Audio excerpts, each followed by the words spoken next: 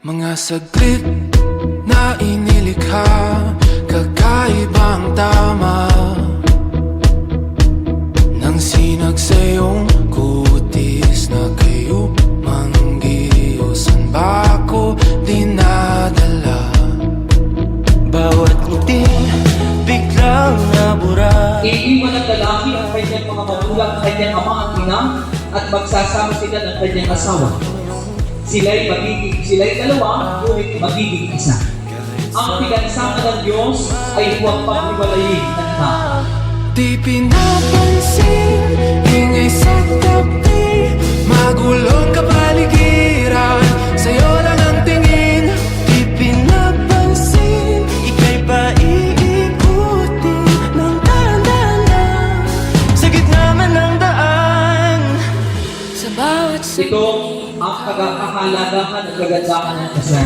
Hindi lang sarili ang iniisip mo. Kaya nga, marriage is about, it is a journey of selflessness. Hindi yung pagiging makasarili, kundi yung pag-iwan, paglilong ng iyong sarili para sa iyong pinamahal. Hindi ka naman sasama, Mari Chris, kay Jason Lee kung hindi mo mahal, right? Pasim o kasanan ko mawala. di mawawala. Di pinapansin, ingay sa tabi, magulong kapaligiran, sa'yo lang ang tingin. Di pinapansin, ako'y paiikutin ng dahan-dahan sa gitna man ng daan. And that is the sanctity of marriage. Magiging banal kayo. Yes, kayo sumisimba. Ito yung mga pagpapakita na tayo nagpapakabuti, nagpapakabanan.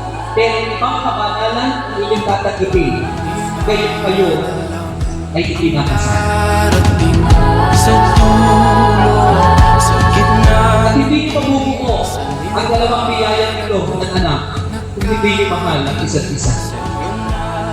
Yes, sabi nga, maraming mga external factors na pwede magpaalaala sa atin o magiging ganyo kung bakit ka magpapakasal. Pero dapat sa mas malalim na paraan at sa mas malalim na dahilan. At ang dahilan nito, mahal ninyo ang isa't isa. Tingin